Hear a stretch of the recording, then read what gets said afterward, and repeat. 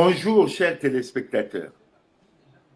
Nous sommes aujourd'hui le 30 mai 2026 et nous sommes fidèles à notre rendez-vous avec notre émission Grand Angle. Aujourd'hui, nous allons commencer comme d'habitude à vous donner quelques informations et après nous irons à une thématique principale qui est très technique et très fondamentale. En guise d'information, je vais revenir sur cette annonce qui a été faite le 25 dernier par le chef de l'État au niveau des travaux des assemblées générales de la Banque africaine de développement, à savoir qu'il y aura la suppression des visas d'entrée au Congo pour tous les Africains à partir du 1er janvier 2026. Évidemment, cette annonce a suscité beaucoup de réactions. Il faut le reconnaître d'abord au niveau africain, c'est certainement un très beau geste au niveau du panafricanisme. Mais au Congo, il y a beaucoup de réactions et les gens pensent qu'il faut être réaliste. Mais il faut noter qu'en cela, le président a fait, rejoindre le Congo à plusieurs autres pays, notamment le Togo, le Bénin, le Rwanda, la Gambie, les Seychelles et certainement bien d'autres. Ils ne sont pas encore une dizaine.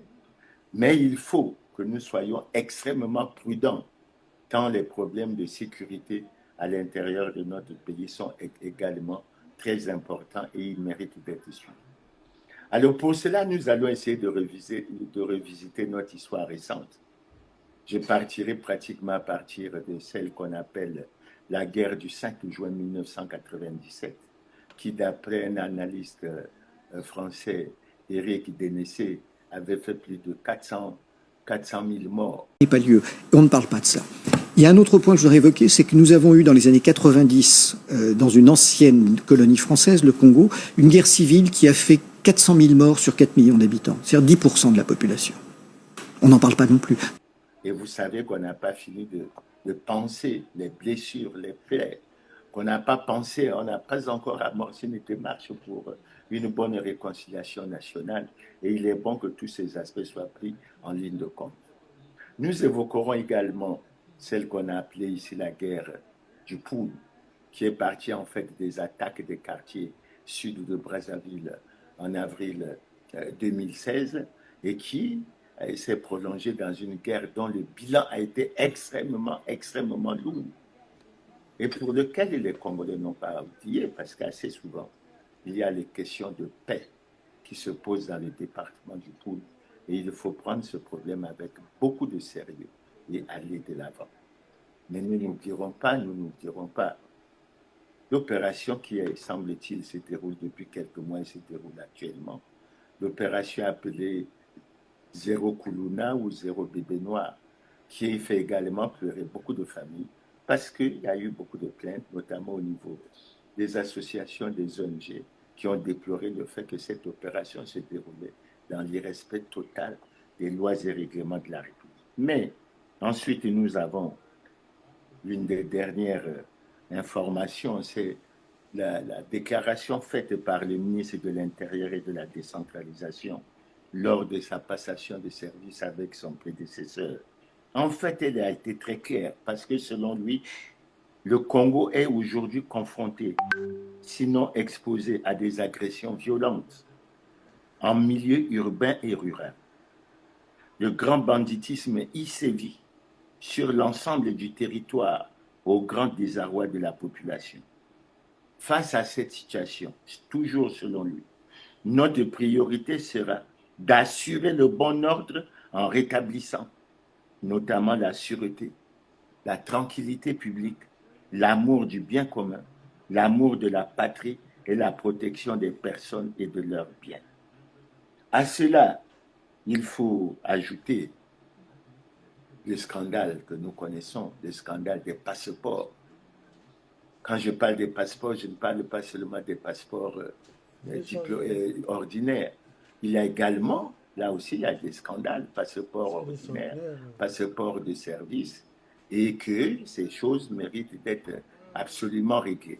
Et s'agissant des passeports, les Congolais ont assez souvent relevé qu'il était facile à un étranger d'obtenir ce passeport qu'à un Congolais.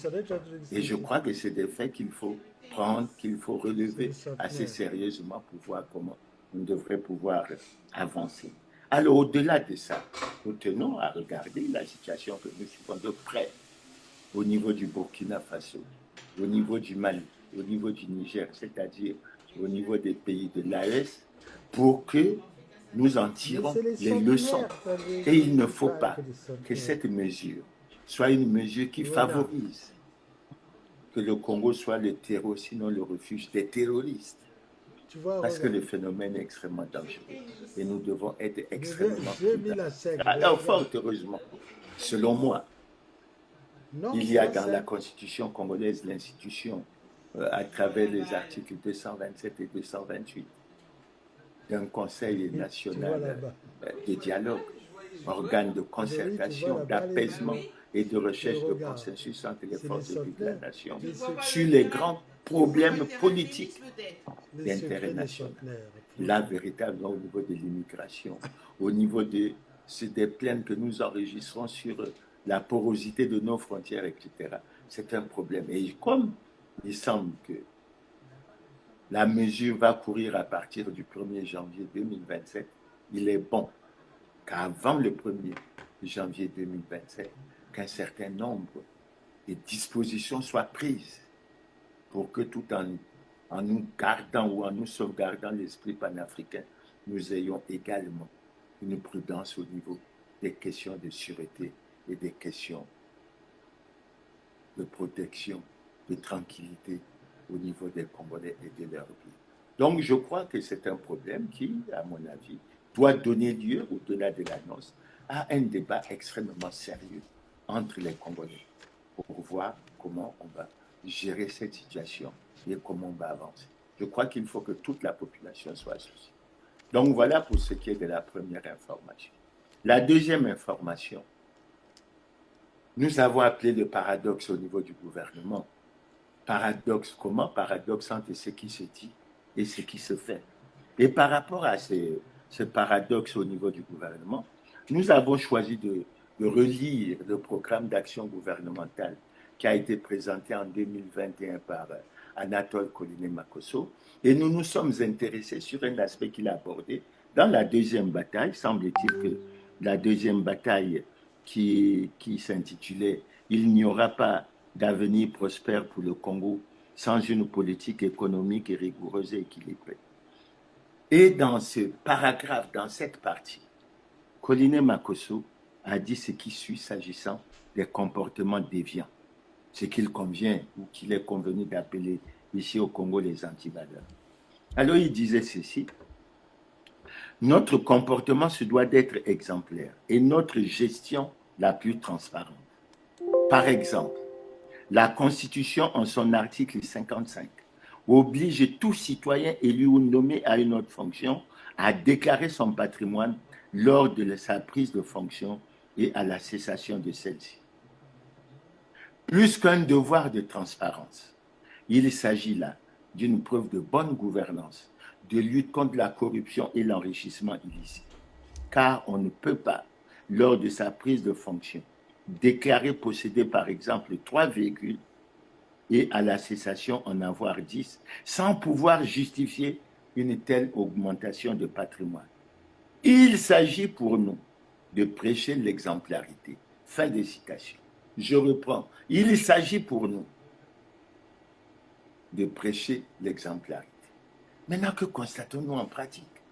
En pratique, nous constatons, nous avons fait plusieurs constats. Premier constat, après les résultats par la Cour constitutionnelle de l'élection présidentielle 2026, le président de la République a prêté le serment le 16 avril 2026 et le 17 avril 2026, le Premier ministre a démissionné. Premier constat, il n'a pas déclaré son patrimoine. Et il faut reconnaître, dans le cas du Premier ministre, qu'il ne l'a pratiquement jamais fait depuis 2011, puisqu'il est entré au gouvernement en 2011. Après avoir été nommé Premier ministre, il y a eu une tentative de déclaration de patrimoine, mais le constat a été clairement fait. Cela n'était pas fait conformément aux lois et règlements de la République. Et nous constatons qu'il y a une cessation de fonction, pas de déclaration de patrimoine. Et nous continuons. Le 23 avril, le Premier ministre est reconduit à son poste. Pas de déclaration de patrimoine. Le 24 avril, un nouveau gouvernement est nommé. Toujours pas de déclaration de patrimoine. Et il y a des ministres sortants. Il y en a eu 6. Pour être clair, notamment pour les compatriotes congolais, sur les 6 ministres, il y avait 2 officiers généraux. Il y avait 3 membres du Parti congolais du travail et il y avait un membre du PRL, c'est le président Fila. Aucun d'eux n'a déclaré son patrimoine, ce qui fait en fait une violation des lois et règlements de la République. Et on continue. Les nouveaux qui ont dû réaliser leur passation de service entre le 27 et le 29 avril, aucun d'eux n'a déclaré son patrimoine, ce qui est extrêmement grave. Et quand on parle en termes d'individus, on peut se référer à l'article 50 de notre Constitution qui dit clairement que tout citoyen congolais a le devoir de se conformer à la Constitution et aux lois et règlements de la République. Et on constate là, puisqu'on a parlé tout à l'heure d'exemplarité, qu'aucun de ces membres du gouvernement n'a daigné déclarer son patrimoine. Que ce soit les nouveaux, les entrants, que ce soit les anciens. Alors, qu'est-ce que ça veut dire? C'est encore un constat que nous faisons. C'est encore un constat que nous faisons. Nous constatons que non seulement le Premier ministre n'est pas respectueux des lois et règlements de la République, mais tous les membres du gouvernement. Et comme ils ressortent de plusieurs partis, et que dans l'ensemble de ces partis, aucun citoyen élu ou nommé à une autre fonction publique n'a daigné déclarer son patrimoine depuis de nombreuses années. Ça veut dire en fait que ces partis ont violé l'article 26 de la loi 20-2017 du 12 mai 2017 qui énonce clairement que les partis politiques ont le devoir de se conformer à la Constitution et aux lois et règlements de la République. Alors, quand on fait ce constat de violation des lois et règlements de la République, ben, on se reporte toujours par rapport à cette loi sur les partis, à l'article 31, qui dit clairement qu'en cas de violation des lois et règlements en vigueur, le parti ou le groupement politique concerné est suspendu par voie d'arrêté par les ministres chargés de l'administration du territoire qui doit procéder à la fermeture provisoire des locaux de ces structures. C'est un constat. Il est souvent dit que la loi est dure, mais c'est la loi. Mais il faut qu'on le dise. Et dans le cas d'espèce, nous devons dire clairement que les partis concernés qui sont membres de ce gouvernement, ils sont bien connus. Ce n'est pas des attaques personnelles, c'est une affaire de droit. Et on peut avoir des débats sur les aspects juridiques. Le PCT que nous avons déjà épinglé toujours depuis longtemps est toujours dans le lot. Mais au PCT, nous pouvons ajouter du PADES. Nous pouvons ajouter le Club 2002 pur. Nous pouvons ajouter le RDPS. Nous pouvons ajouter le MAR. Nous pouvons ajouter l'APC pour dire clairement que ces partis ne sont pas en conformité avec la loi. Ce n'est pas la première fois, puisque nous savons déjà qu'en 2025, il y a un arrêté 1726/MID/CAB du 30 juin 2025 qui avait été signé, publié, et qui avait reconnu des partis non conformes à la loi. Nous n'avons fait que dénoncer et nous avons fait apparaître clairement qu'il s'agissait là de l'usage du faux. Et les gouvernants n'ont jamais donné de réponse à cela. Mais nous y reviendrons plus tard pour dire que le constat malheureux, déplorable que nous faisons, c'est que les gouvernants ne veulent pas, se refusent à respecter les lois et règlements de la République. Puisque nous avons déjà constaté, ce n'est pas un manque de respect, nous avons déjà constaté que le président de la République n'est pas en conformité avec la loi. Nous avons déjà constaté que le Parti congolais du travail n'est pas en conformité avec la loi. Pour qui sont faites les lois au Congo? Qui doit respecter la Constitution? qui doit respecter la Constitution. Et c'est un constat qui est extrêmement malheureux. Alors, s'agissant justement de cette situation que nous évoquons, et nous exhortons le Premier ministre Anatole Koliné-Makosso, qui a une grosse responsabilité, je crois, à partir de l'article 101 de la Constitution, mais de veiller à l'exécution des lois. Mais nous rappelons au Premier ministre que lorsqu'on prend la loi qui est relative à la déclaration du patrimoine, c'est, je crois, la loi 4/2019 du 7 février 2019. L'article 12 de cette loi prévoit des sanctions à l'endroit de ceux qui ne déclarent pas leur patrimoine. Et une fois de plus, nous allons constater que depuis 2002, les gouvernants, les dignitaires, les responsables des différentes institutions n'ont jamais dénié leur patrimoine. Mais ils ne sont pas punis. Pourquoi la loi ne leur est pas appliquée? Et j'aime souvent entendre le Premier ministre rappeler que la loi est dure, mais c'est la loi. Elle doit s'appliquer à tous, dans toute sa rigueur. Pourquoi n'est-elle pas appliquée? C'est pour ça que nous avons voulu faire apparaître assez régulièrement ce paradoxe qui existe au niveau des gouvernants congolais entre ce qui se dit et ce qui se fait. Ce qui se dit doit certainement s'appliquer aux autres, pas à eux. Mais ce qui se fait est extrêmement important. Ce qui se fait est extrêmement important et c'est véritablement dommage. Et j'en profite, puisque les internautes, beaucoup d'internautes ont commencé à se poser la question. Qu'est-ce que le Premier ministre fait de l'article 103? Et cet article 103, il dit quoi? À son entrée en fonction, le Premier ministre présente devant l'Assemblée nationale le programme d'action gouvernementale. Mais le Premier ministre a déjà pris fonction. Il a déjà tenu des conseils de cabinet. Il y a déjà eu des conseils des ministres. Il y a déjà eu les passations des services des ministres. Ils ont nommé les membres de leur cabinet. Mais à quel jeu joue-t-on? À quel jeu joue-t-on? Et j'ajouterai, par rapport toujours à la situation du Premier ministre, dans cette situation, on constate aisément que le Premier ministre viole l'article 101 de la Constitution, selon lequel le Premier ministre assurera l'exécution des lois. Et c'est une situation extrêmement préoccupante. Sans me cacher, parce que nous voulons assez souvent apparaître transparents dans cette situation, nous constatons que le président de la République n'est pas en conformité avec la loi. Le Premier ministre n'est pas en conformité avec la loi. Le Parti congolais du travail n'est pas en conformité avec la loi. Les partis membres de ce gouvernement ne sont pas en conformité avec la loi. Et je leur poserai la question, que veulent-ils? C'est pour ça qu'en conclusion de cette information, que le Premier ministre connaît, puisque c'est lui qui est en situation de violation des lois et règlements de la République, je me réfère au communiqué du gouvernement de la République qui a été publié le 13 mai 2026, et je ne prendrai que la fin.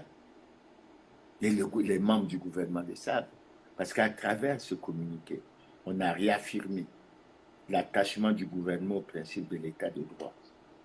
Et ensuite, on a rappelé que le chef de l'État qui a prêté serment veillera à ce que les lois et règlements de la République s'appliquent dans toute leur rigueur. Cette rigueur concerne qui? Et qu'est-ce que cela veut dire? Et ça, ce qui est curieux, c'est qu'après, pour des gens qui ne veulent pas voir comme nous autres, qui ne veulent pas entendre, pour lesquels ils font pieds et mains pour que nous disparaissons, alors quand ils sortent les textes de reconnaissance, nos partis ne sont pas reconnus.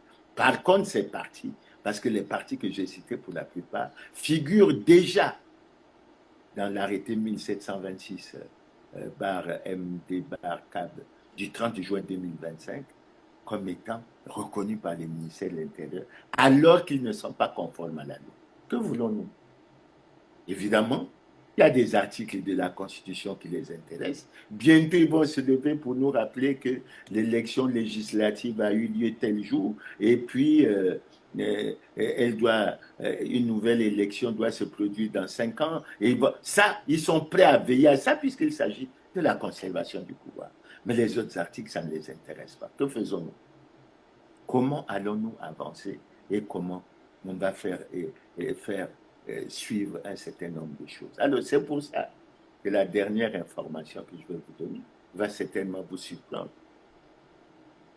C'est l'an 1 de la publication de l'arrêté 1726/MID/CAB, arrêté par lequel le ministre de l'Intérieur et de la décentralisation a reconnu 42 partis. A reconnu 42 partis. Et nous avons essayé d'en faire une certaine analyse. Nous avons noté que l'on avait reconnu des partis qui n'étaient pas conformes à la loi. Et nous les avons cités.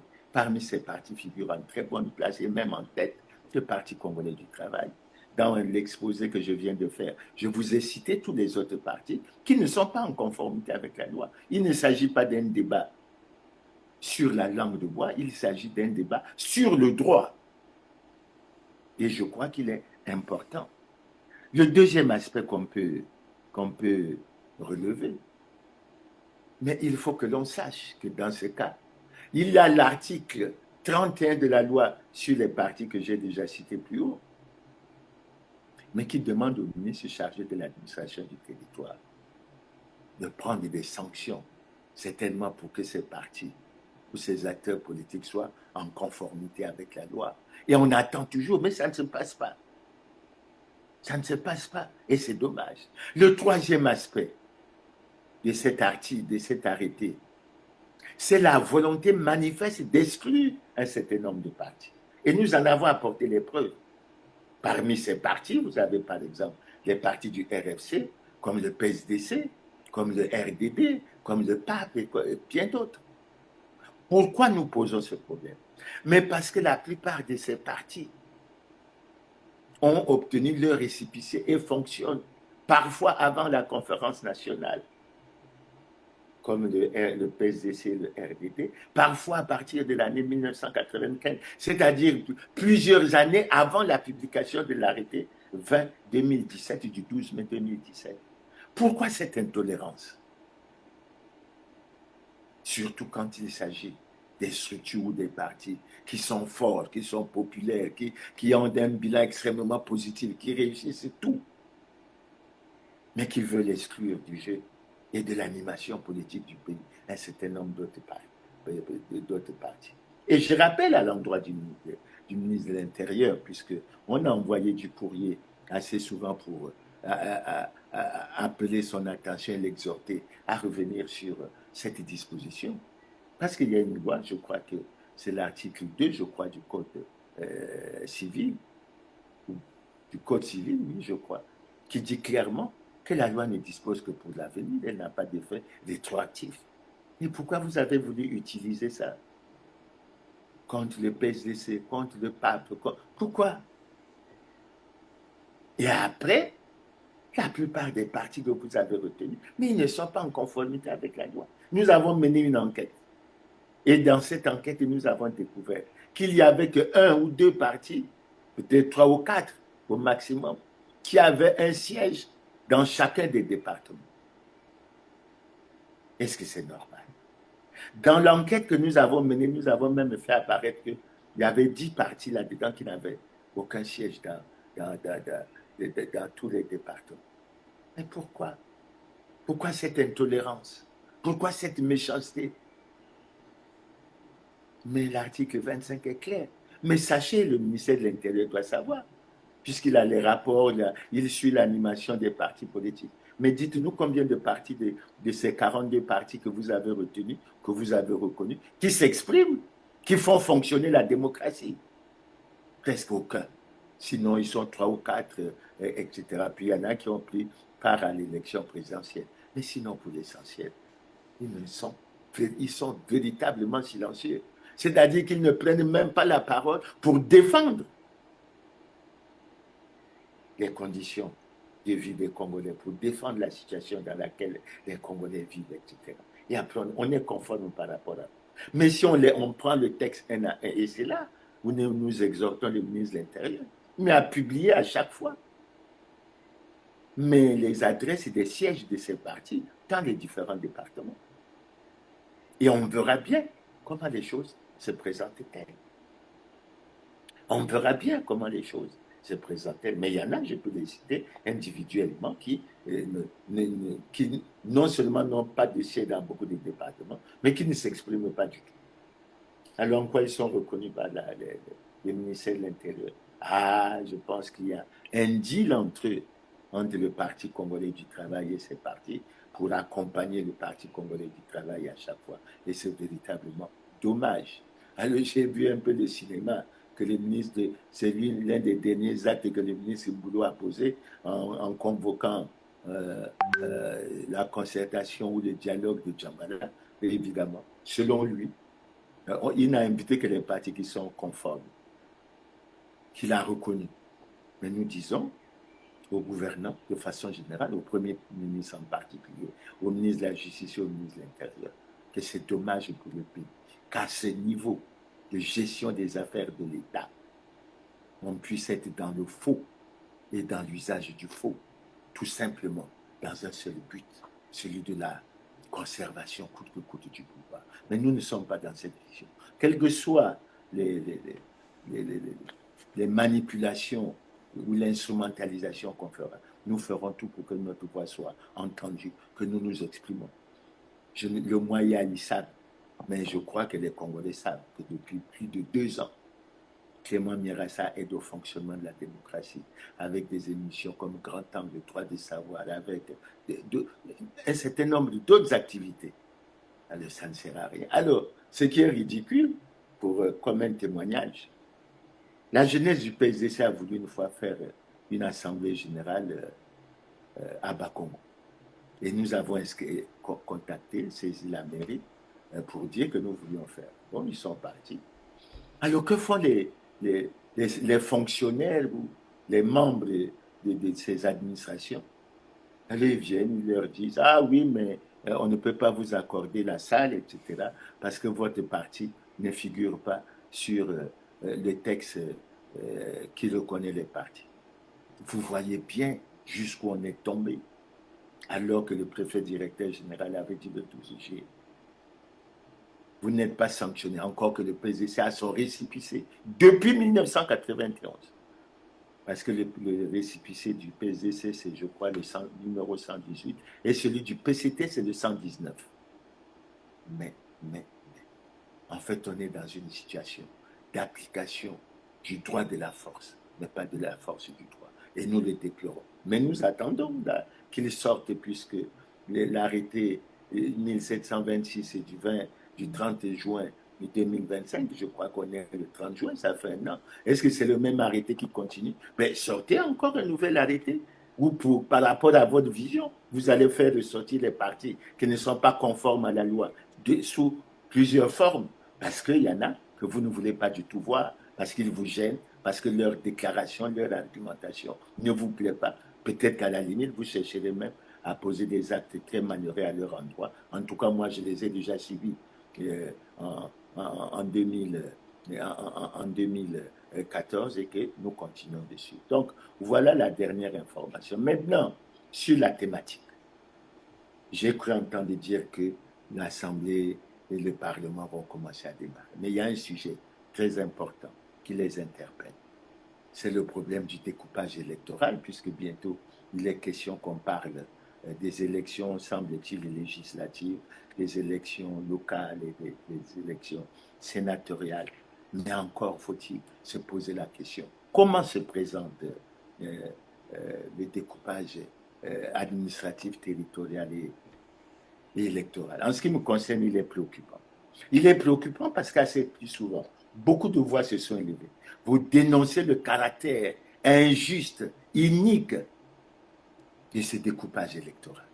Et j'ai été surpris qu'on n'a pas profité de l'examen de la situation en décembre 2025. Et on a adopté une loi qui a été promulguée par le président de la République en décembre 2025, mais cette loi est loin de garantir la justesse de ce découpage électoral.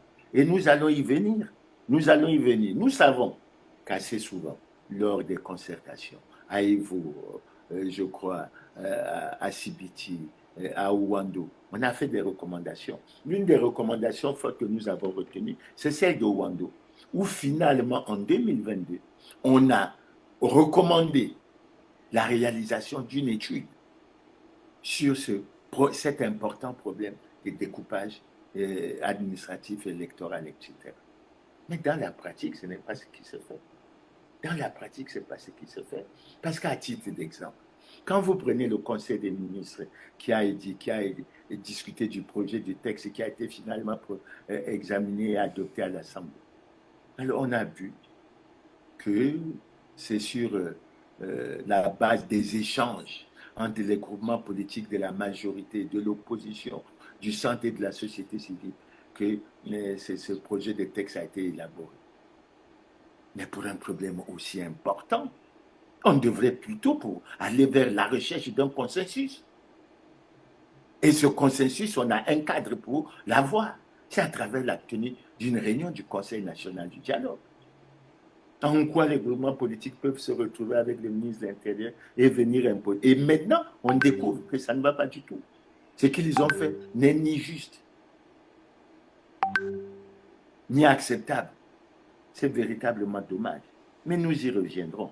Mais nous allons constater, du point de vue de l'évolution, qu'en 92, sur la base des critères bien définis sur lesquels nous allons revenir, l'Assemblée générale comptait 125 membres. Après la guerre, c'est-à-dire autour de 2002, l'Assemblée nationale avait 137 sièges. Et après, ça a évolué. Ça a évolué parce que en 2002 et 2007, c'est passé à 100, on avait 137 sièges. En 2012, c'est passé à 139. En 2017 et 2022, c'est passé à 151.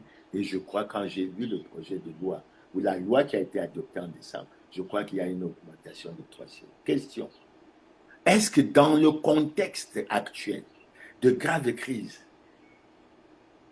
multidimensionnelle, avec un aspect économique et financier très important, est-ce que nous avons les moyens de gérer efficacement une structure à ce niveau? La question peut se poser pour le Sénat. Et en ce qui concerne le Sénat, rappelez-vous ce qui s'est fait au Sénégal lorsque le président Macky Sall avait pris la décision de supprimer le Sénat juste pour réaliser des économies et faire un certain nombre de choses. C'est pour ça que nous avons essayé de faire une petite comparaison pour que les gens aient les idées un peu fixes en prenant quelques pays. Alors, nous avons pris le Bénin. Le Bénin a une population de 14 800 000 habitants et il a 109 députés. Vous voyez une population pratiquement double de celle du Congo, 109 députés et le nombre moyen d'habitants par député se situe autour de 135 000, 135, 136 000. Vous avez le Burkina Faso qui a une population de 24 millions, qui a une assemblée qui compte 71 députés. Le nombre moyen d'habitants par député est de 339 437. Vous avez le Congo, notre pays, qui a une population en 2023 de 6 100 000, qui a 151 députés, un nombre moyen d'habitants par député de 40 677. Vous avez la RDC, qui a pratiquement 114 millions d'habitants ou plus, qui a 500 députés, et le nombre moyen d'habitants par député de 228 600. Vous avez la Côte d'Ivoire avec 32,7 millions d'habitants, 255 députés, un nombre moyen d'habitants par député de 128 280. Le Gabon a 2 600 000 habitants, 145 députés, un nombre moyen d'habitants par député de 17 931. Le Rwanda a 14 600 000 habitants, un nombre de députés de 80, un nombre moyen d'habitants par par député de 182 500. Et le Togo a 9 500 000 habitants et 113 députés, un nombre moyen d'habitants par député de 84 000. Donc, vous voyez bien que dans la norme telle qu'on fait les calculs ici, ben, le Congo se situe vraiment parmi ceux qui ont le nombre d'habitants par député l'un des plus faibles, alors que les autres naviguent autour des 200, etc. Le Congo a un niveau extrêmement bas. Maintenant, par rapport à la situation, nous avons voulu, en termes de découpage, essayer de nous pencher sur la situation au niveau des départements. Et vous savez bien ce qui a été fait au niveau des départements, qui a fait apparaître clairement qu'il y a comme une injustice aussi. Je vais retrouver ma note technique. Il y a comme une injustice. Pourquoi? Parce qu'actuellement, nous avons 15 départements. Et sur les 15 départements, vous allez être surpris. Vous avez le Kwilu, le département du Kwilu à 97 362 habitants. Le département du Niari, qui a 2 communes et 14 districts, à 334 863 habitants. Le département de la Lekumu, à 100 559 habitants, une commune et 5 districts. La Bouenza, 363 850 habitants, 2 communes et 10 districts. Le Poul, 225 664 habitants, une commune plus 9 districts. Et Djoué-les-Fini, 97 239 habitants, 5 districts. Ça, c'est pour ce qui est des départements de la partie sud. Dans la partie septentrionale, là, il y en a 6. Dans la partie septentrionale, il y en a 7. Il y en a qui vont me poser la question 15, oui, 15, si on ajoute au Point-Noir et Brazzaville, parce que là, c'est hors Point-Noir et Brazzaville. Vous avez les plateaux, 102 337 habitants. Nkeni à Lima, 181 084 habitants. Cuvette, 222 730 habitants. Cuvette Ouest, 119 238 habitants. Congo ou Bangui, 184 010 habitants. Sanga, 209 701 habitants. Likwala, 325 420. Alors, ce qui est frappant dans ce qui a été fait, et que je considère d'entrée de jeu comme une injustice, c'est d'avoir des départements comme le Kwilu, comme Djoué-les-Fini, qui ont moins de 100 000 habitants, d'avoir des départements comme celui des plateaux, le département de la Lekumu, le département de la Cuvette Ouest, qui ont légèrement soit 100 000, soit un peu plus de 100 000 habitants, qui constituent un département. Et d'avoir 3 gros départements. Vous avez le Niari, avec 334 000 habitants, 2 communes et 14 districts. La Bouenza, 363 850 habitants, 2 communes et 10 districts. Et la Likwala, une commune et 6 districts avec 325. Non, c'est injuste. C'est injuste que le Niari n'ait pas 2 départements, au moins. C'est injuste, puisque dans la théorie, on expliquait qu'il faut rapprocher les populations, les administrations des populations, mais les départements, le département du Niari et celui de la Bouenza, ils ont plus de 3 fois la population du Kwilu et la population de Djoué-les-Fini. Ils ont même 3 fois la population des plateaux et autres. Pourquoi cette injustice? Sur quelle base? Parce qu'on considère que l'un des éléments importants dans ce genre de travail, c'est le découpage. C'est le découpage, c'est plutôt l'aspect statistique et démographique. Alors pourquoi? Et moi, je considère que c'est une injustice.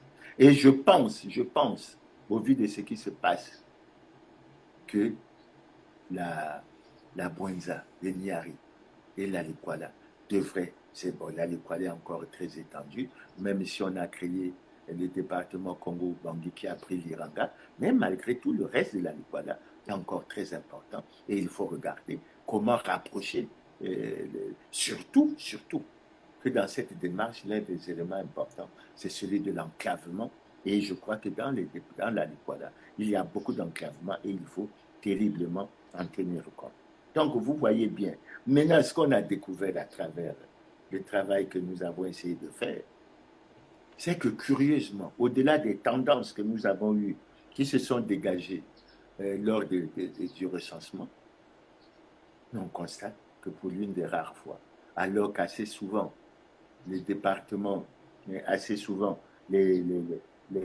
l'ensemble, la population de l'ensemble des départements de la partie sud était nettement supérieure en termes de population à la population des départements de la partie septentrionale. Dans ce cas, on constate que désormais, c'est pratiquement les départements de la partie septentrionale qui ont plus d'habitants que les départements de la partie sud. C'est l'un des éléments sur lesquels on avait fait des remarques pour que les statisticiens à l'INS, etc., essaient d'apporter les réponses, mais ces réponses n'ont jamais été apportées et c'est véritablement dommage. C'est véritablement dommage parce que ça devrait être vu, ça devrait être regardé et on devrait faire avancer un certain nombre de choses. Donc, nous avons cette situation. Et à mon avis, en termes d'équité, de justice, ce sont des problèmes qui doivent être fondamentalement revus. Et on doit essayer d'avancer. Maintenant, nous allons essayer de nous appesantir sur le découpage électoral. Et pour ça, nous allons essayer de nous référer à ce qui s'est fait en 1992. Il y a déjà un certain nombre de principes, je pense, sur lesquels on devrait revenir, à mon avis. Parce que en 1992, lorsqu'on a procédé au découpage, enfin, à la proposition, on s'est basé sur des critères. L'un des critères qui est important, qui a été retenu, je ne sais pas si on continuera à le retenir, c'est que chaque district est une circonscription électorale.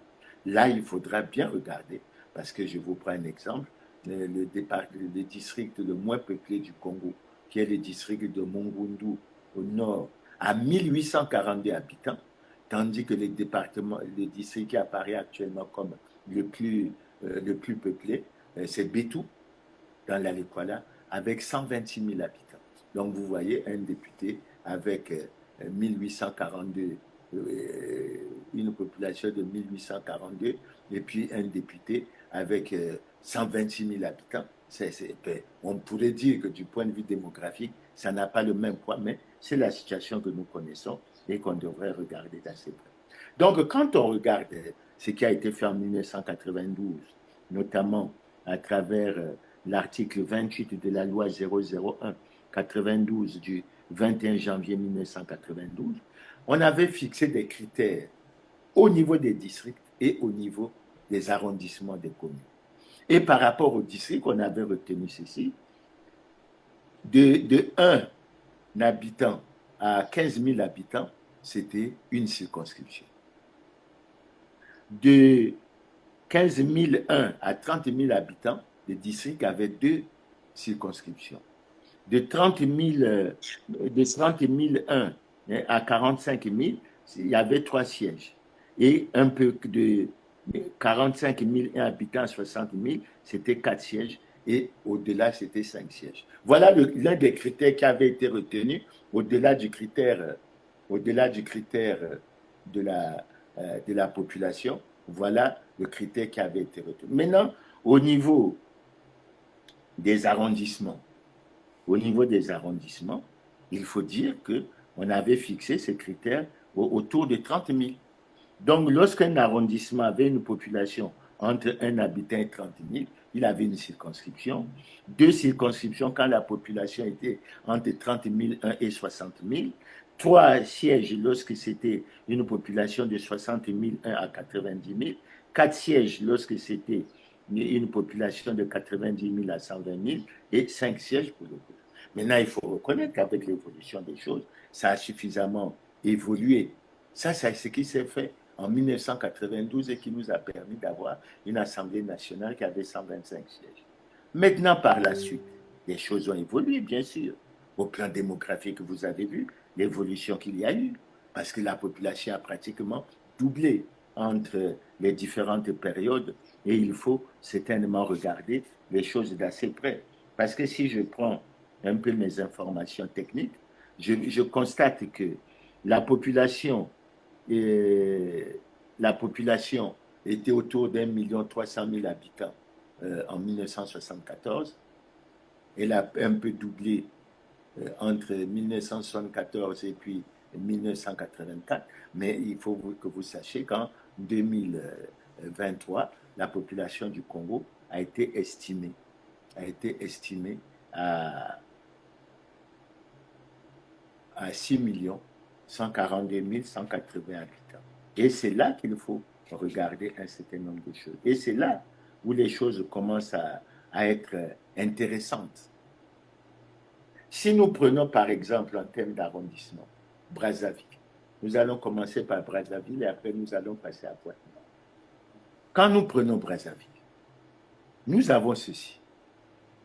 Makelekele avec 265 000 habitants à 4 circonscriptions. Bakongo, écoutez bien, avec 84 353 à 2 circonscriptions. Potopoto avec 84 299 à 3 circonscriptions. Mungali avec 161 157 à 3 circonscriptions. Wenze avec 183 804 à 4 circonscriptions comme Makelekele. Talangai avec 390 000 habitants à 5 circonscriptions. Mfilou avec 387 000 habitants, pratiquement au même niveau que Talangai, n'a que 2 circonscriptions. Madibou avec 272 000 habitants, n'a qu'une circonscription. Véritable injustice. Djiri, avec 307 848 habitants, a 2 circonscriptions. Et il y a le district de Mbamo, bien sûr, avec 7 547 habitants. Maintenant, quand on regarde Brazzaville de près, est-ce qu'il est normal que Madibou, avec 272 000 habitants, n'ait qu'une circonscription et que Bakongo, avec 84 000 habitants, a 2 circonscriptions, Potopoto avec 84 000 habitants à 3 circonscriptions, Mungali avec 161 000 habitants à 3. Est-ce que c'est normal? Pourquoi cette injustice? Je rappelle aux Congolais que le président a prêté le serment de garantir la paix et la justice à tous. Et ça, ce n'est pas garantir la paix et la justice à tous. Si je prends Mfilou, Mfilou a pratiquement le double de la population de Wenze. Pourquoi Mfilou n'a que 2 circonscriptions et que Wenze en a 4? Pourquoi Mfilou n'a que 2 circonscriptions et que Potopoto en a 3? Mfilou a 387 000 habitants, Potopoto en a 84 290. Il faut que les gouvernants expliquent aux Congolais qu'est-ce qui se passe. Qu'est-ce qui se passe exactement? D'où vient que Potopoto avec 84 299 habitants à 3 circonscriptions, comme Mungali qui est crédité de 161 157 habitants. Il y a véritablement problème. Il y a véritablement problème. Djiri avec 307 848 habitants n'a que 2 circonscriptions. Et je trouve que les sénateurs et les députés qui ont voté cette loi en décembre ne favorisent pas la paix dans le pays, ne favorisent pas la recherche de la justice. Ce n'est pas normal. Et pourtant, ce sont des représentants du peuple qui sont censés défendre les intérêts du peuple. Alors, nous avons fait un petit calcul. Alors, le calcul, il est simple. Nous avons pris la population de chaque arrondissement à Brazzaville. Nous avons pris le nombre de circonscriptions. Nous avons ajouté la population des différents arrondissements. Nous avons ajouté le nombre des différents sièges. Et nous avons cherché le nombre moyen d'habitants par siège. Et nous l'avons eu. Ceux qui veulent peuvent se lancer dans l'exercice. Et par rapport à ce nombre, nous avons fait une proposition d'équité. Et cette proposition d'équité fait apparaître ceci. Que Makelekele, au lieu de 4 circonscriptions, devrait avoir 3 circonscriptions. Que Bakongo, au lieu d'avoir 2 circonscriptions, n'aurait plus qu'une circonscription. Que Potopoto, au lieu d'avoir 3 circonscriptions, n'aurait plus qu'une circonscription. Mungali, au lieu de 3 circonscriptions, devrait en avoir que 2. Wenze, au lieu de 4, devrait en avoir que 2. Kalangai, avec 390 459 habitants, devrait en avoir 5. Mfilou, au lieu de 2 circonscriptions, devrait en avoir 5. Madibou, avec 272 852 habitants, au lieu d'une circonscription, devrait en avoir 3. Pratiquement au même niveau que Makelekele. Djiri, avec 307 848 habitants, devrait en avoir 2, au lieu de 2, devrait en avoir 4. Et le district de Mbamou reste inchangé puisqu'on est encore dans la logique de dire le principe, retenir le principe unique. Donc, vous voyez bien que le découpage électoral qui a été fait par la loi publiée et promulguée en décembre 2025 est véritablement injuste. Il ne tient pas compte de l'équité. Il ne tient pas compte du poids démographique. Il tient compte certainement des enjeux. Parce que, pourquoi je le dis? Mais je vous ai dit qu'après, en 1992, notre Assemblée comptait 125 sièges. Lorsqu'on est sorti de la guerre et lorsqu'il y a eu des changements, mais on a fixé au pif le nombre de 137. Il ne répond à aucun critère. C'est pour ça que vous voyez que des arrondissements qui sont moins peuplés que d'autres, mais ont plus de circonscriptions. Mais il faut définir des critères. Et il faut, à mon avis, s'inspirer de ce qui s'était fait en 1992. Peut-être que maintenant, avec l'évolution de la population, au lieu de dire qu'un arrondissement, mais dans une commune, un siège, c'est entre un habitant et 30 000, peut-être qu'on peut dire qu'un siège dans un arrondissement, c'est entre 1 et 85 000 habitants ou quoi. Et puis, on verrait comment avancer. En tout cas, l'avantage qu'on a eu, c'est en même temps d'avoir un esprit critique sur la situation telle qu'elle est présentée, et ensuite d'avoir une proposition plus équitable. Le nombre de députés, en passant par la méthode que nous avons utilisée, le nombre de députés à Brazzaville reste le même, mais la répartition devient beaucoup plus équitable. De sorte que, bon, Philo peut se retrouver, ou devrait se retrouver, avec 5 circonscriptions, pendant que Mungali, et puis quand vous prenez Mphilou et Mungali, ou Wenze, mais le scandale c'est quoi? Mphilou a une population double de la population de Wenze. Mphilou a une population plus du double de la population de Mungali. Mais comment alors expliquer que Mungali a 3 circonscriptions alors que Mphilou n'en a que 2? Non, c'est véritablement injuste. Faisons en sorte que ce soit un découpage juste qui permette aux populations de choisir, etc. Maintenant, le même raisonnement que nous avons fait pour Brazzaville, on peut le faire pour Pointe-Noire. Parce que Pointe-Noire, la situation est encore plus préoccupante. Je vous donne la situation telle qu'elle se présente à Pointe-Noire. L'arrondissement 1 Lumumba a 3 circonscriptions, 132 000 habitants. Mvumvu, 76 000 habitants, 2 circonscriptions.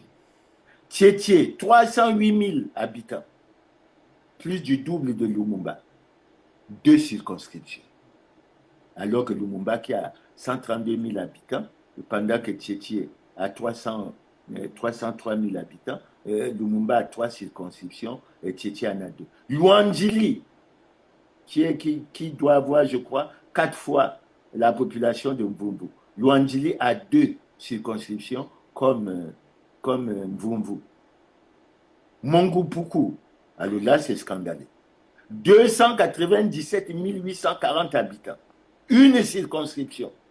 Ngoyo, 236 647 habitants. Une circonscription. Non, il faut être sérieux. Il faut être sérieux. Comment expliquer, comment les gouvernants peuvent, ou les députés, les sénateurs, peuvent expliquer que Mongupuku, avec 297 849 habitants, a une circonscription, et Mvumvu, avec 76 495, a 2 circonscriptions. Comment expliquer que Mongupuku, qui a plus du double de la population de Lumumba, a une circonscription, et Lumumba, non, il faut être sérieux. Et en utilisant la même méthode que celle que j'ai utilisée pour Brazzaville, on arrive à une proposition équitable qui se présenterait comme suit. Lumumba, une circonscription. Mvumvu, une circonscription. Tietie, 2 circonscriptions. Luandjili, 2 circonscriptions. Mongupuku, 2 circonscriptions. Ngoyo, 2 circonscriptions. Évidemment, Chambazassi, qui était un district terrestre, etc., avec une circonscription. Donc, voilà un peu les ajustements. Mais sinon, ce qui s'est fait antérieurement, ce n'est ni juste ni équitable. C'est véritablement inique. Et c'est difficile. Alors, depuis 2022, qu'on a demandé qu'une étude soit faite lors de la concertation de Wando, l'étude n'a pas été faite. J'ai lu dans le rapport du DIRCAB, du ministre Mgoulou à Djambala, que l'étude. Mais l'étude est où? Il faut la présenter aux Congolais, que nous la voyons. C'est un grand problème d'intérêt national. Et il faut que nous voyons. Parce qu'il s'agit de la composition. Alors, eux, ce qu'ils vont chercher, c'est bon, il faut que le conseiller local ait le bac. Mais ça, pourquoi vous ne regardez pas sérieusement? Ça, pourquoi vous ne regardez pas sérieusement? Donc, voilà. Maintenant, quand on passe au niveau des communes, là aussi, il y a une injustice. Vous avez, par exemple, le Niari, Dolizy, avec une population de 178 172 habitants, à 2 circonscriptions. Moussendia, avec une population de 15 000 habitants, à 2 circonscriptions.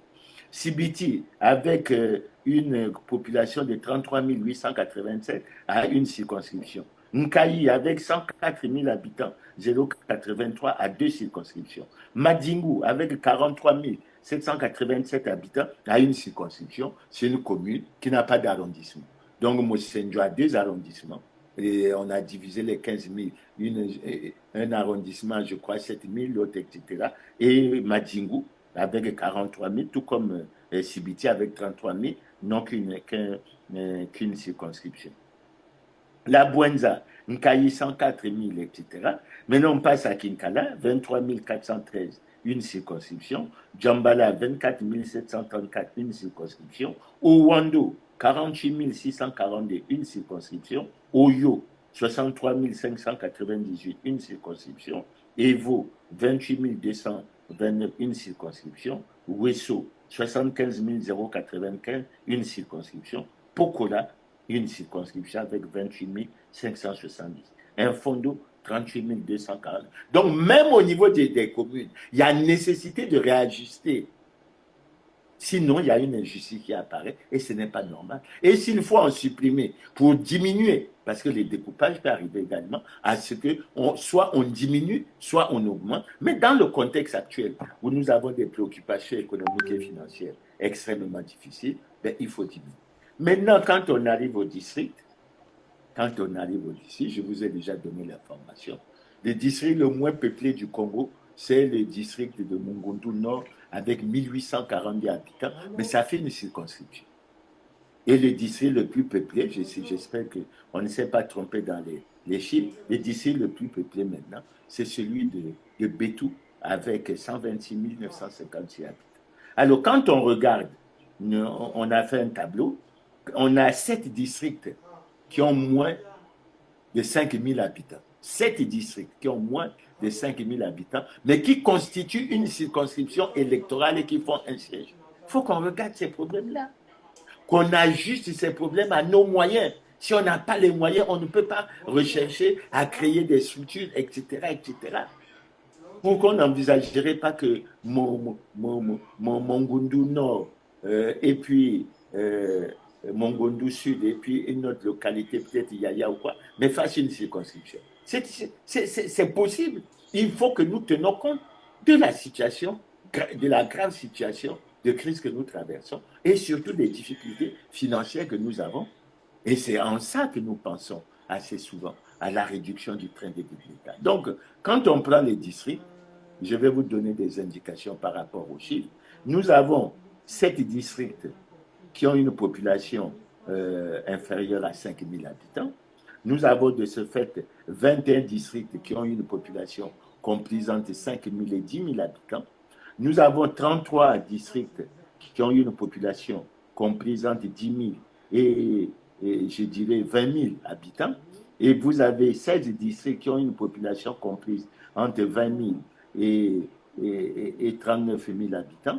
Et vous avez 8 districts qui ont une population comprise entre 40 000 et 60 000 habitants. Et plus de 60 000 habitants, nous avons 3 circonscriptions. Évidemment, parmi les 3, il y a Bétou qui a 126 000 habitants. C'est pratiquement le plus gros, etc. Maintenant, au niveau des districts, la question c'est de savoir, est-ce qu'on va conserver le principe qui fait que à chaque district correspond une circonscription électorale?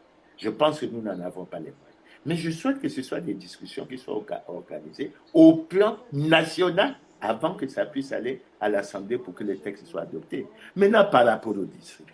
Et ça dure depuis 2002. On a constaté quoi? Mbouti avait 2 circonscriptions.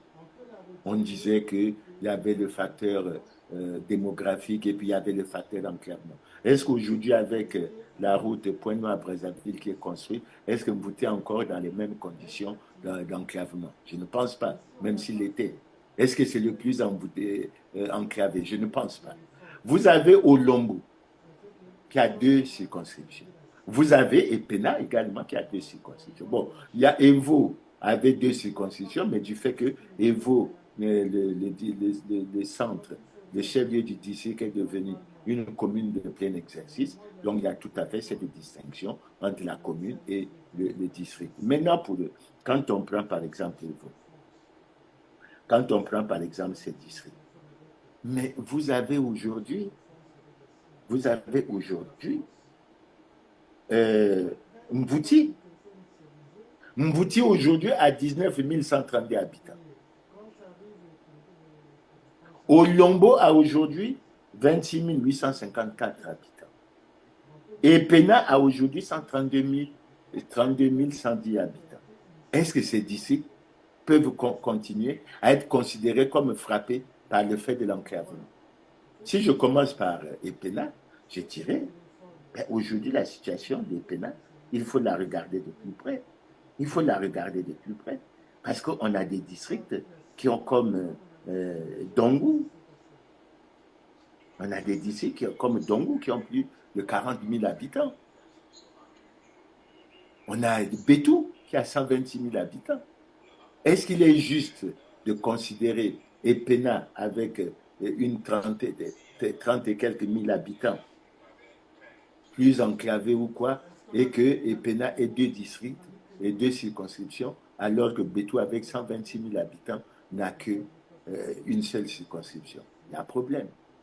Est-ce que Mbouti, avec 19 000 habitants, peut continuer alors qu'on a des gros districts, même dans la partie sud du pays, comme Mindouli, comme Mouyondi, comme Mfouati, même comme Loudima, Mais c'est pas grave. qui a une population nettement supérieure à celle de Mbouti? On fait comment? Alors on a reconduit. Est-ce qu'on a regardé les données démographiques? Je pense que non. Donc la question est là. En ce qui nous concerne, sincèrement, Mbouti et Pena et puis Olombo ne devraient plus avoir des circonscriptions. C'est dur à dire, mais il faut le dire. Ça devrait être une circonscription. Makwa, par exemple, a 40 000 habitants. 40 004 habitants, je crois. Pourquoi Makwa n'aurait pas deux circonscriptions et que c'est Olombo qui a 26 000 habitants qui aurait 2 circonscriptions? Non, il faut plus de justice. C'est pour ça que le Conseil national de dialogue est important, parce que c'est un organe de concertation, d'apaisement et de recherche de consensus. Mais il faut faire que les populations aient le consensus autour de ces questions.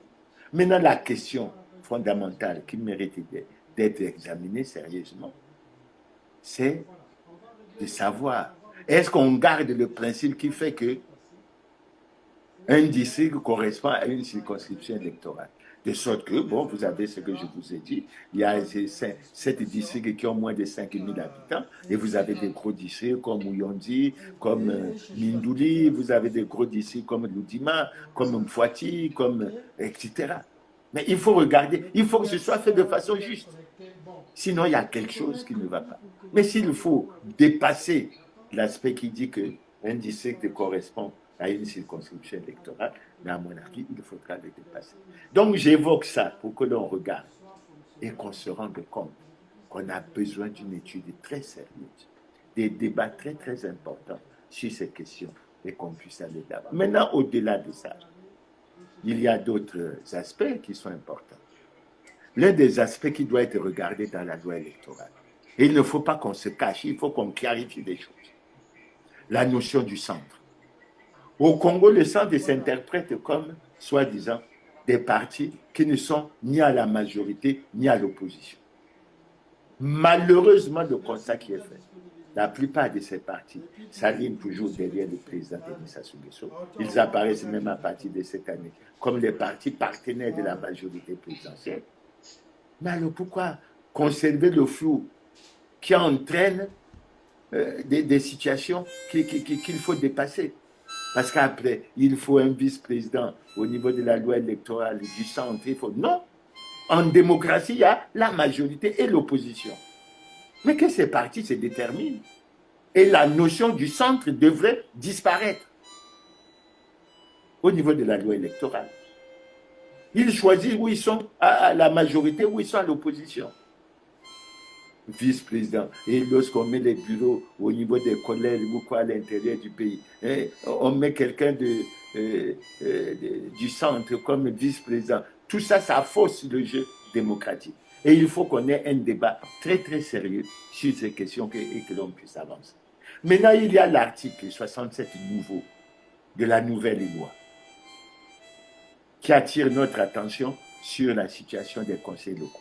Bon, on a dit que le conseil local doit avoir au minimum le baccalauréat, sinon le niveau équivalent. Mais alors, mais qu'est-ce qu'on fait du député? Le député doit avoir quel niveau? Le sénateur doit avoir quel niveau? Le président de la République doit avoir quel niveau? Ce sont ces débats que nous devons avoir. C'est bon de fixer le débat pour le conseil local, mais il faut qu'on aille aussi fixer le débat, le niveau pour le député, pour le sénateur et pour le président de la République. Il faut que on ne doit pas avoir de fausse honte à aborder ces questions. Et c'est pour ça qu'il faut un consensus. C'est pour ça qu'il faut la tenue du Conseil national du dialogue pour que l'on avance et que l'on essaye d'aller de l'avant. Alors, l'autre aspect que j'ai retenu par rapport à cette loi, mais j'ai vu qu'elle n'a pas tenu compte d'une des recommandations qui a été faite à Ouado, à savoir la révision des taux de cautionnement. On pensait même que pour l'élection présidentielle 2026, on aurait déjà révisé les taux de cautionnement, puisque les voix se sont élevées dans le pays pour dire que pour l'élection présidentielle, il faudrait baisser de 25 millions à 5 millions. Mais pour les autres élections, il faut aussi baisser. La recommandation a déjà été faite. Et il faut que ça soit acté, que ça soit vu et que l'on puisse avancer sérieusement dans tout ça. Alors, c'est pour ça que je dis qu'au niveau du découpage électoral, il y a beaucoup de problèmes. Mais je vais essayer de faire la synthèse et la conclusion par rapport aux aspects que j'ai abordés. Sur le premier aspect, en vous le rappelant, l'aspect l'annonce qui a déjà été faite par le chef de l'État, s'agissant de la suppression des visas à l'entrée de notre pays à partir du 1er janvier 2027, je suppose que les gouvernants vont envisager les mesures, mais moi je souhaiterais, j'exhorterais le fait qu'il faut qu'il y ait un dialogue national sans exclusif sur cette question. Parce qu'en même temps qu'on révise la loi électorale dans le sens où on a révisé, mais pourquoi ne pas, à un moment donné, j'ai cru entendre parler des députés de l'extérieur, de la diaspora. Pourquoi on ne parle pas de ça? Pourquoi on ne parle pas de la question de la participation aux élections de nos compatriotes qui sont dans la diaspora? Il faut qu'on évoque ça. Donc, je crois qu'il faut, à notre avis, que les choses soient clarifiées, que les choses puissent être prises en ligne de compte et que rien, absolument rien, ne nous empêche d'aller là-bas. Maintenant, sur le deuxième point. Le deuxième point, nous avons fait ressortir le paradoxe entre ce qui se dit et ce qui se fait. Nous disons de très belles choses, mais nous ne les appliquons pas. Déjà, la violation des lois et règlements de la République est un cas frappant. Et dans cette émission, nous avons voulu faire ressortir que le Premier ministre, les membres de son gouvernement ne sont pas en conformité avec la loi. Et il y a des lois qui prévoient les sanctions. C'est là où nous revenons pratiquement à ce communiqué du gouvernement qui a été fait et fait, je crois, par le ministre de la Communication et des Médias, mais qui termine en disant que le président de la République qui a prêté le serment doit veiller à l'application rigoureuse des lois et règlements de la République. Et dans ces lois et règlements de la République, il y a des sanctions qui sont prévues. Il y a des sanctions qui sont prévues. Et c'est dommage que ces sanctions-là ne soient pas appliquées parce qu'elles nous auraient permis d'avancer. Maintenant, pour terminer sur les problèmes du découpage électoral, non. Le découpage actuel qui a été fait n'est pas juste, n'est pas équitable, il est inique. Et il est dommage que depuis 2022, les gouvernants n'aient pas respecté la recommandation qui a été faite à Ouedo, qui recommandait la réalisation d'une étude pour réaliser un découpage qui soit juste, équitable et autre. Mais il faut que cette étude soit entreprise. Je vous ai donné quelques indications. Il n'est pas normal que Madibo, avec 272 000 habitants, n'ait qu'une circonscription électorale. Et que Bakongo, avec près de 84 000 habitants, 2 circonscriptions. Que Potopoto, avec 84 000 habitants, 3 circonscriptions. Il n'est pas normal que Mfilou, avec 387 000 habitants, n'a que 2 circonscriptions. Et que Talangaï, avec 390 000 habitants, pratiquement le même niveau de population que Mfilou, ait 5 circonscriptions. Non. Non. Et je suis surpris qu'on en arrive là. Je suis surpris pourquoi. Mais parce que nous avons plusieurs structures, plusieurs administrations qui s'occupent de cette question électorale. Nous avons le ministère de l'Intérieur et de la décentralisation. Nous avons la Direction générale des affaires électorales. Nous avons la Commission nationale d'organisation des élections. Nous avons un haut commissariat à la gouvernance électorale. Nous avons, soi-disant, un comité ad hoc chargé du suivi des recommandations du dialogue des cités. Mais comment, avec autant, on n'arrive pas à résoudre les problèmes? Déjà, on a déjà constaté que même lorsqu'il y a des concertations et qu'il y a des recommandations qui sont faites, à aucun niveau cela n'est appliqué. Ce n'est pas normal. Alors bientôt, les gouvernants vont sortir pour dire qu'il faut respecter les délais constitutionnels pour la tenue. Pourquoi? Mais parce qu'il s'agit de la conservation du pouvoir.